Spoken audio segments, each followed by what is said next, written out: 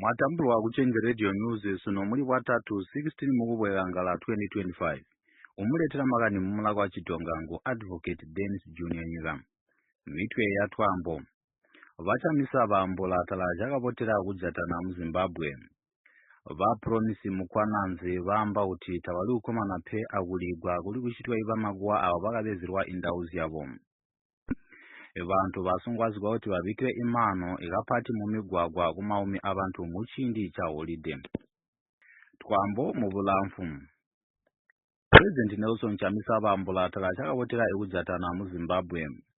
Chamisa bamba kuti bantu kuti kabajisini balakonzera kuchita izintu zipati pesi kuti kabende ne kabata jisini pe takope chikonzera kuchitwa. Chamisa bamba kuti zinthu ziyendera poto munyika nikuba mukanizi amatongero anyika ziyanda kuti vana Zimbabwe kabajisini. Chamisa batumira imwe video kuzwa ku South Africa itondeze kuti bantu kabajisini balakonzera kuchita izintu zipati. Chamisa bamba kuti vana Zimbabwe baberekera antamwe nkokuti balakonzera kuzidira muri zonse nzibachita. Change radio yambula abalemezi kwa Jefferson Chitando kuti tingwe zizide. President Nelson Chamisa has spoken so many times about unity.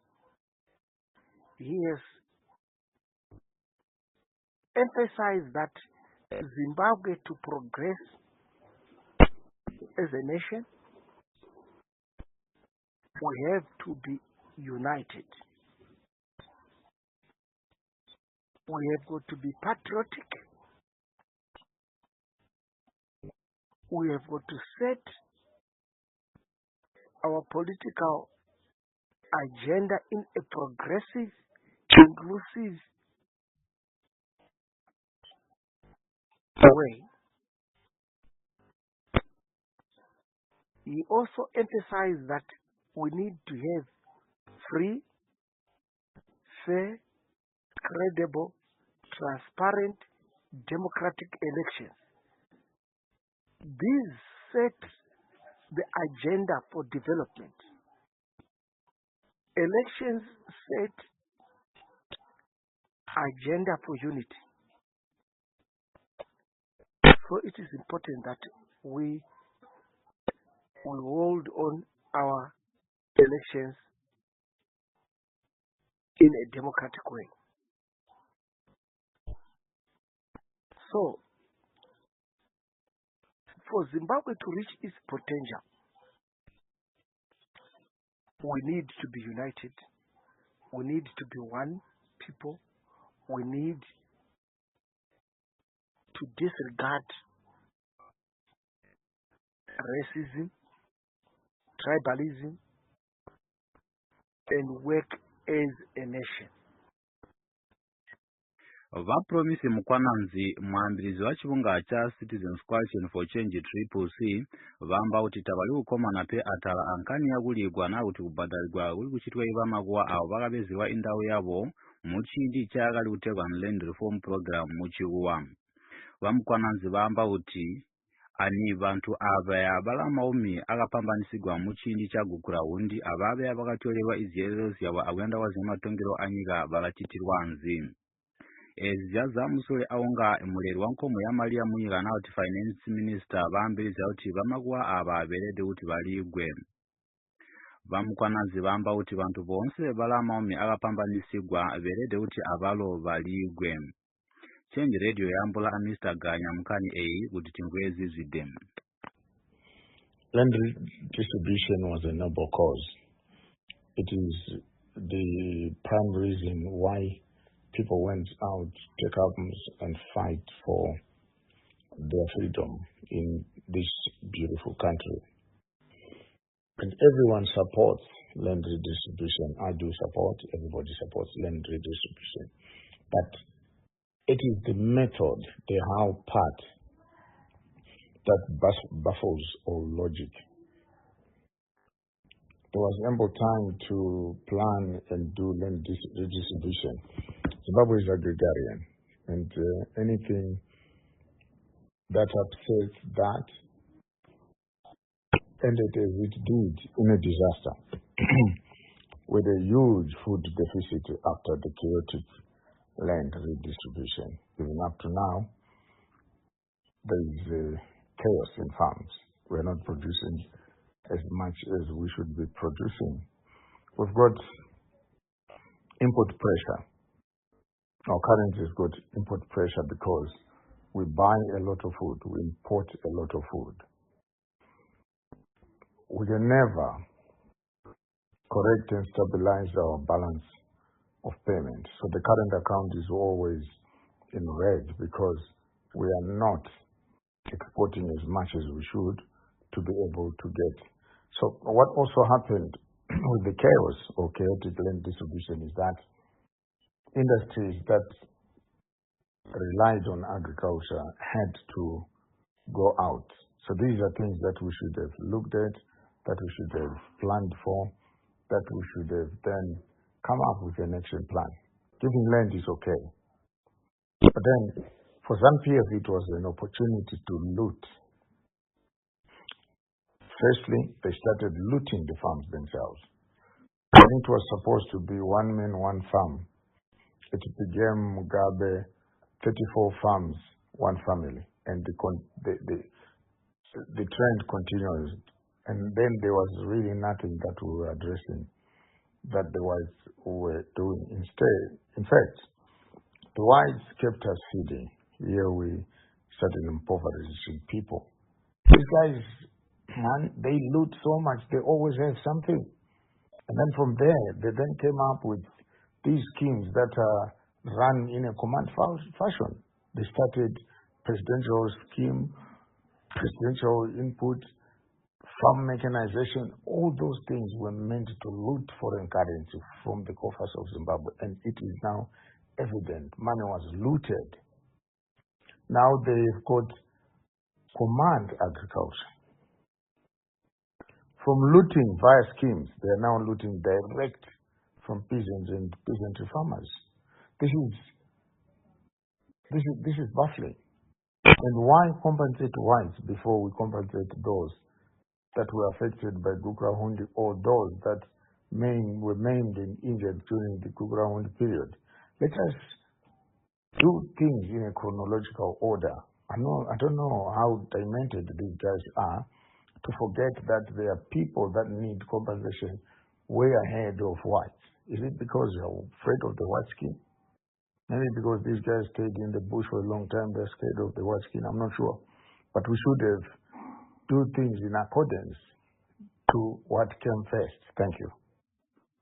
muchinthu chakuti kuchokera kwa Easter kwaba afuafuye basi mifumbo nawo kuti madrivers basungwazigwa kuti badikire mano kumaume abantu kambo kuliponya kuti muzimbabwe muzibhadhera tawo zinthu zikwenepezi pauti bantu basengulwe muzibhadhera kabiyo kuliponya kuti tawope ivaveresi vakwene azimizi yakuveresi aziri kuita magloves mabhandichi azimizi zirivovo nkokwamba kuti muntu kuti waswana antende ya mugwagwa na kuti accidents muchindi cha holiday ulakonzera kuti asengulwa pe achakufambana inkako basi mifumbo basungwazigwa kuti babikire mano kumaume abantu ichirunga cha Zimbabwe Consortium chiri kusungwazya ibantu avo vayanda kupanga inyendo zyavo akuyanda kwakuliyogezya na kuti holiday ya Easter verede kuti vafambane iwinka nkambo kuti vazoyanda iwinka ibunsi kwa Easter ku Bridge border post kunolika kuzide bantu ezo zipa kuti mendero adube Zimbabwe a South Africa ilo kubereka limbi kuchitira kuti vantu valokunjira vanjireka votu ikabiyo valokuzwa avalo vazweka votu Manager wa Zimbabwe Mr. Ncobele Ncube vamba kuti vantu vabereshe imaterminals azibikene uchitira kuti kuenda kutadubi wakali meya wa doropo lya Harare ba Bernard Manyenyeni mpona awakali acting town clerk wa Josephine Ncube sono valiko kunkuta ya Harare Magistrates Court itimvezi zide uzaulisi mtola twambo. The two are being charged for misusing their authority. This is after changing a land deal between the city of Harare and Shelter Zimbabwe, which cost the city about 20 million back in 2018. The city agreed to let Shelter Zimbabwe develop 1,500 homes in Tafara Mapuku. The plan was that the city would sell the homes after making the land ready. However, in 2017, Manyenyeni and Ncube changed the deal, allowing Shelter Zimbabwe to sell the land before it was ready. This led to Shelter Zimbabwe selling the lots without developing them and not giving money back to the city. More updates as the story unfolds. Reporting for Change Radio in Harare, this is Mataham Kamandava. Weampera atwambo mukainthu utegwa ni Albina Mutiza uri kupegwa mulandu wakuti wakabva imali US 27,000 kuzwa muchintolo mudholopo lya Harare. Nkako mukainthu oyo wakaliko nkuta muli bwabiri kuyobetekwa pesi wakaimwa imwenya wakubetekwa kazwa kunze nkako uno likali mu busungwa kuyosika ibunsi bwa 29 mukubweka ngala. Tingwezi zide kuzaulisa mutola twambo. Mutiza worked as a sales representative at the Gulf complex, and the company noticed a drop in sales. An audit found a missing amount of 27,375.36 on April 7. After her shift, she gave her employer 1,075, but later sold more items without reporting the sales. When asked about the missing money, she retained 335, saying it was from those sales. Police later found stolen items worth 209 at her home. So far, only 1,237 of the stolen money has been recovered. Reporting for Change Radio in Harare, this is Machakam Kamandava. Umasalikiro amunyaka uno wa 2025 vantu bali kuma musano abatatu na kuti 18 mu Zimbabwe vakazimina musule akulwanigwa kuzwako banyama abatedi balavu basitale mpona abasuntwe mulumbe oyo wakambirizigwa achikunga cha Parks and Wildlife. Munyaka wainda vantu vakajaigwa kuzwako banyama aba bali 15 na kuti 15. Pesi uliponia kuti kuzwa munyaka wa 2019 kuyosika munyaka wa 2024 vantu vali 300 vakajaigwa akuyanda kwa banyama aba. Ekuyungizya wawo vantu vali makumatatu avaviri na kuti 32 vakakubazigwa kuzwa kwa banyama aba mpona abombe kubikirizya ampongo zyakajaigwa kuzwa kwa banyama abo. Kao vantu vasungwazigwa kuti vatende nipe muchindi cha masiku uchitira kuti vatalwanigwe kuzwa kwa banyama aba. Mulika mugambo vasengezo chabangu vakajosegwa amulimu wavo wakuva Secretary General na kuti mulembi mpati wachibunga cha Citizens Coalition for Change CCC musuli aunga inkuta yamba kuti kwandwa kwa mwalumi oyo wakali kunze kwa mulawo. Inkuta yamba kuti tabukope bugamboni butondezya imulandu ngwakali kubamizigwa. Vantu vingi bali wamba kuti ziri kuchitwa achabangu tazirikavo tupenkambo uliponia kuti uchita zezi amizezi yakwe alike bamwi gavali wamba kuti muntu oyu utumidwe achibonga cha ZANU-PF. Twambo atalama imino akunze na kuti weather report kuzwa ku Change Radio. Kulangirwa kuti kuyomwa ya mvula na utira konze kwa kuvuzia munda uzinji junza mu Zimbabwe. Twambo kuzwa kuli zimwinyika. Muleri wachisi na kuti president wa Namibia vane tumbo nandi ndaitwa vali wamba kuti vantu bonse baku America bayanda kunjira mu Namibia werede kuti kavala ma passports atewa ni ma visa mbubwenya mbuli kuchitwa ibantu ba mu Africa kuti kabanjira mu United States of America kutegwa ni werede kuti kavala ma visa. Ezi ziyaza musule aunga vantu baku America vali 500 vategwa ni werede kugusugwa mu Namibia bajogere kunyika ya wabo nkambo tabajisipe ima visa. President Nandi vali wamba kuti vantu bonse ba mu Africa kuti kabanjira mu Namibia werede kuti banjire byo ni kuba kabatajisi ima visa. Mumakani atakondi muntu wakali ukonderezya abantu binda mu ekta utekwa ndoni mulangeni nawa wanzimina akala minyaka yauzala 50 na kuti 65. Vantu vingi bali baluka imirimo na kuti madrama abe ngakachita winda mu series itekwa isidingo.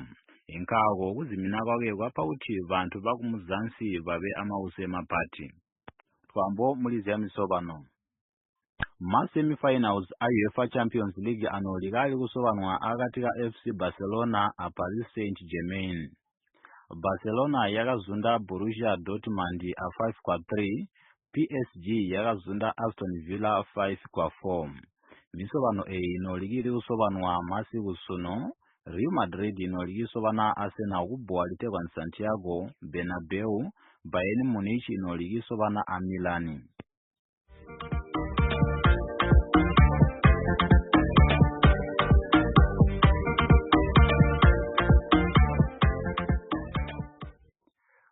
Upeta imagana abuzwa kwasuno nje imitu ya magana lubomu. Chamisa bambulata chakavotera kujatana mu Zimbabwe. Promise mukwananzi bamba utawali ukomana pe atala kuligwa uli kuchitwa iva makuwa awo bakabezerwa imyunda yabo. Bantu basungwazwa kuti babikire imano mu migwagwa muchindi cha jendengano na kuti kuliogezya kwa Easter. Awambasi mpira magani mumula kwa Tonga umuletera tukambuka imina change radio ngo Advocate Dennis Junior Nyika.